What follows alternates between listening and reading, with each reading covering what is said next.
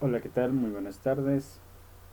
En esta ocasión hemos traído un pequeño video del funcionamiento de un programa creado en Python que funciona como simulador de registros de sintomatología del COVID-19. Este lo hemos hecho entre algunos compañeros que somos estudiantes del tercer nivel, la carrera de mecatrónica de la Universidad Politécnica Salesiana, que el grupo está conformado por Andrea Taco, Kenneth Morillo, Johnny Wambi y mi persona quien les va a exponer sobre el trabajo que hemos elaborado. Pues bien, como acabo de decir, es un trabajo, es un simulador. Ojo que solo es un simulador por, porque así lo hemos hecho. No tiene ninguna descripción médica ni nada por el estilo, más bien es solo para como práctica de programación. Pues bien, dicho eso, vamos a iniciar a ejecutar el programa. Podemos observar, son 160 líneas de código exactamente, pero no nos vamos a enfocar realmente en eso. Más bien vamos a hacer funcionar el programa. Vamos a ver cómo está funcionando, qué podemos poner, qué no podemos poner, cómo lo tenemos que hacer. Vamos a ello. A modo de ejemplo hemos tomado nombres y datos al azar que vamos a usar para nuestro trabajo. Cabe recalcar que cualquier parecido con la realidad es pura coincidencia. Pues bien, para iniciar, después de haber finalizado el código, para iniciar tenemos que presionar en el play o ejecutar, o más bien para hacerlo más fácil con el teclado es F5. ¿Qué pasa aquí en la consola? Nos pide un nombre completo, pero antes de eso, ¿qué aparece? Aparece la fecha de registro con el formato día, mes y año. De igual manera la hora de registro con el formato hora, minutos y segundos. Esto aparece automáticamente porque está configurado ya el programa para que esto funcione así. Esto no lo podemos modificar nosotros. Aquí no lo podemos modificar. El programa no nos permite modificar esto. Pero aquí sí. No sería una modificación, más bien sería un ingreso de datos. Nos aparece el menú 1, que tenemos que hacer un ingreso de datos. Pues nos pide el nombre completo. Vamos a ingresar datos aleatorios.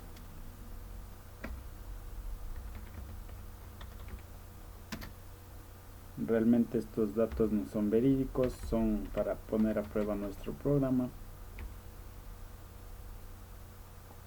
Muy bien, empezamos con las restricciones. Nos pide la edad, pero ¿qué pasa si la persona que está registrando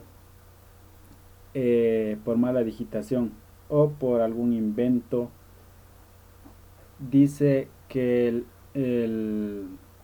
una persona tiene 200 años, que no puede ser posible, o al menos nosotros no lo conocemos? Entonces, ¿qué pasa si yo digito 200 en donde me pide la edad? ¿Qué pasa con el programa? Pues me dice que la edad es incorrecta. Pues bien, esto en el caso de los números altos. En los números muy pequeños o negativos tampoco existen porque, bueno, yo no conozco a una persona que tenga menos 5 años. Colocamos menos 5 años y ¿qué pasa? Pues nos sigue diciendo que la edad es incorrecta y va a aparecer que ingresa nuevamente la edad. Entonces una edad razonable podría ser unos 42 años de esta persona. Ingresamos y el programa puede continuar. Mientras tanto no. En el número de cédula también existen las restricciones. Los números de cédula tienen que tener 10 dígitos. No pueden ser más, no pueden ser menos. ¿Qué pasa si yo solamente ingreso 9 números?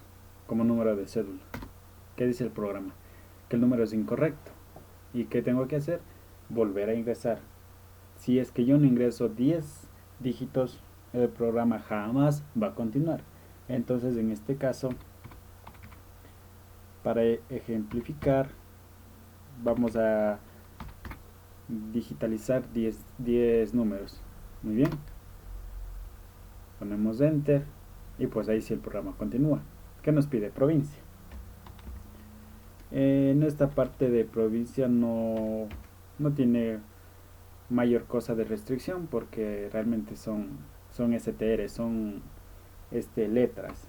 Muy bien, nos pide la provincia, nos pide la dirección y vivienda, de igual manera que no tienen restricciones porque pueden ser números enteros, números flotantes o letras. En este caso vamos a poner Tabadela, calle de las Orquídeas.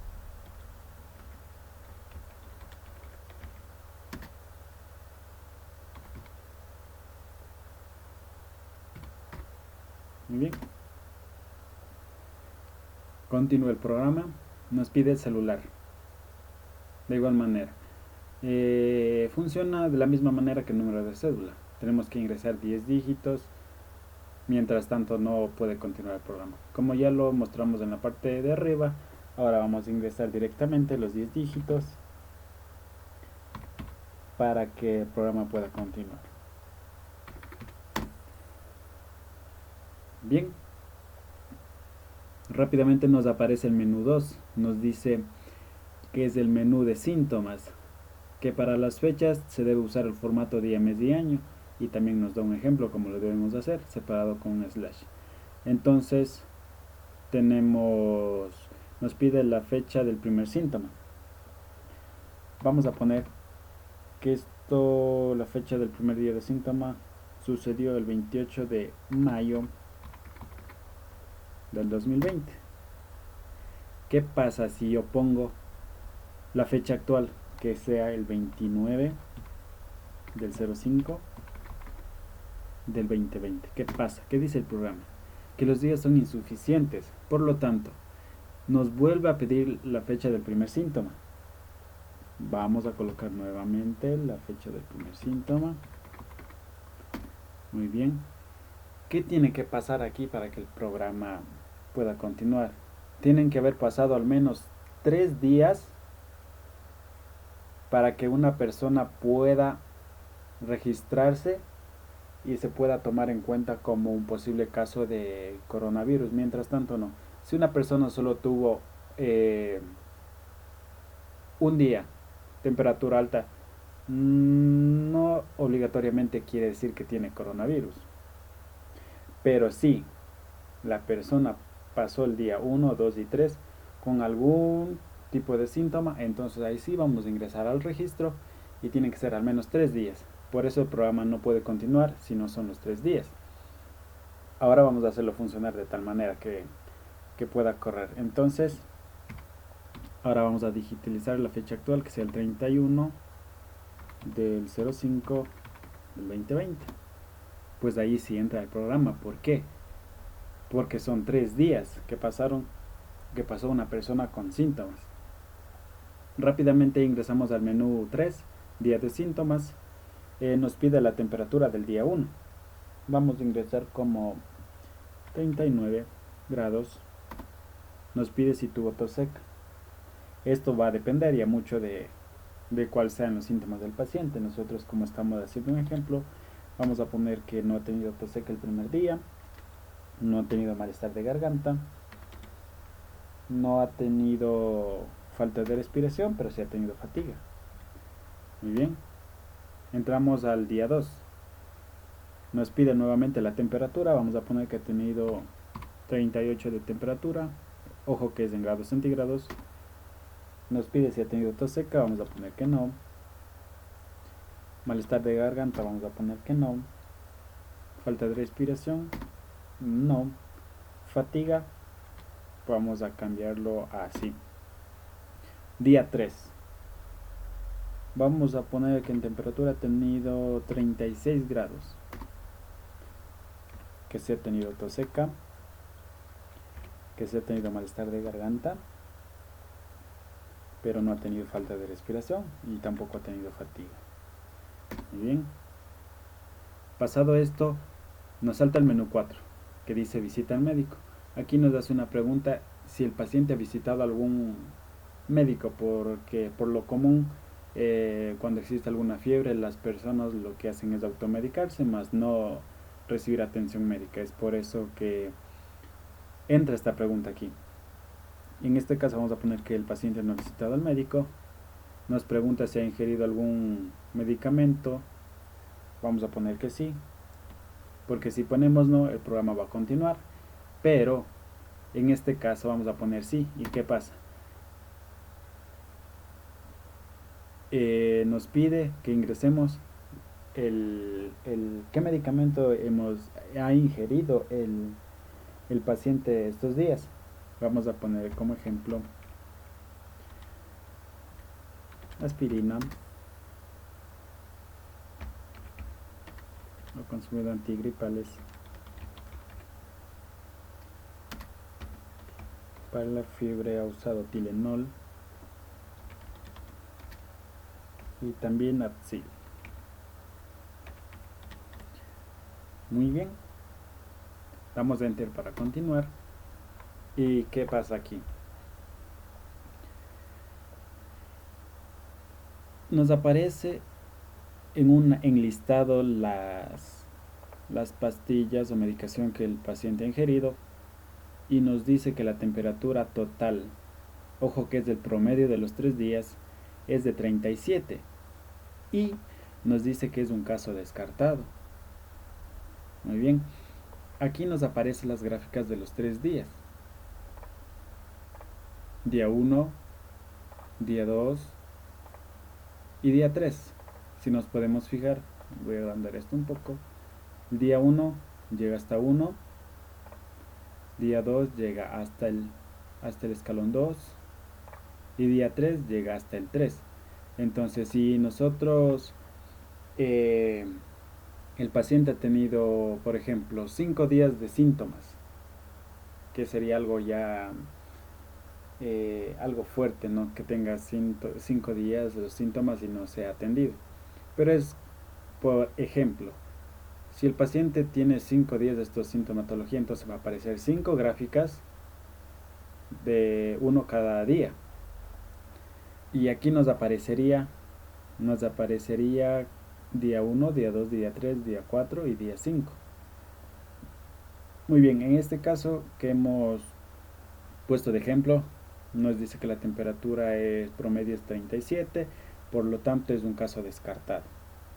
El programa desea continuar y ¿qué nos pide? Nos dice que presionemos 0 para salir. Pero ¿qué pasa si nosotros necesitamos registrar otro paciente? Entonces vamos a digitalizar cualquier número que no sea 0. Pongámosle 5. ¿Qué pasa? Nuevamente el programa empieza a pedirnos datos, ¿no es cierto? Entonces, aquí automáticamente saltó las fechas y las horas de registro, si lo pueden constatar con la fecha de el computador. La tenemos aquí. Nuevamente nos pide datos. Vamos a ingresar nuevamente. Tengo algo más que mostrarles. Esto ya lo vimos. Lo vamos a hacer rápidamente.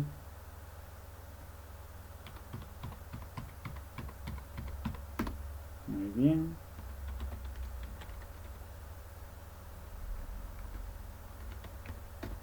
Excelente. Vamos a ingresar la dirección. Tenemos como Tababela.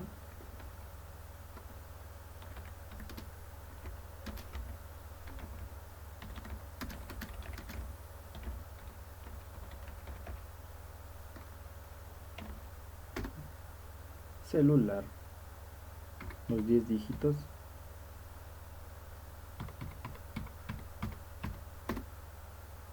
Muy bien, primer día de síntomas.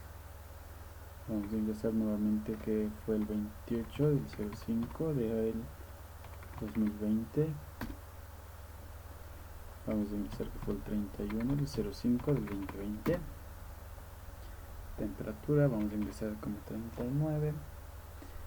Aquí vamos a poner no, vamos a poner que sí. Vamos a poner 38 en temperatura del día 2. Vamos a poner que no.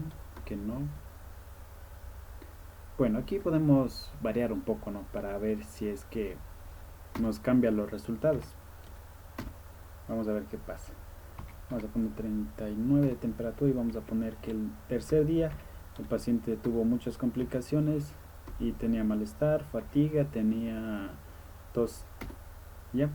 Al citado al médico vamos a poner que no. Vamos a poner que no ha ingerido ningún medicamento. Y rápidamente el programa me dice que la temperatura promedio de los 3 días es 38. Y esto entre un posible caso de COVID-19. Muy bien, aquí tenemos la opción de enviar este informe por Gmail. En este caso sería a un doctor, a las autoridades que algo puedan hacer por el paciente, que sé yo, algún familiar, para que todo sea virtual. Para eso tenemos un código aquí, el cual no está habilitado en este momento por razones de no enviar a personas equivocadas o por no causar molestias. Nada más es por eso. Muy bien, y el programa nos dice que presionemos 0 para salir. ¿Y qué pasa si presionamos, como en el ejemplo anterior, presionamos cualquier número que no sea 0? Nos va a volver a pedir los datos. Pero como nosotros deseamos ya terminar, digitamos 0. ¿Qué pasa? Pues el programa nos indica que hemos finalizado el simulador. Y de esta manera queda demostrado que nuestro programa está funcionando de la manera que nosotros la esperamos. Y sin más nada que comentar, muchas gracias por su atención.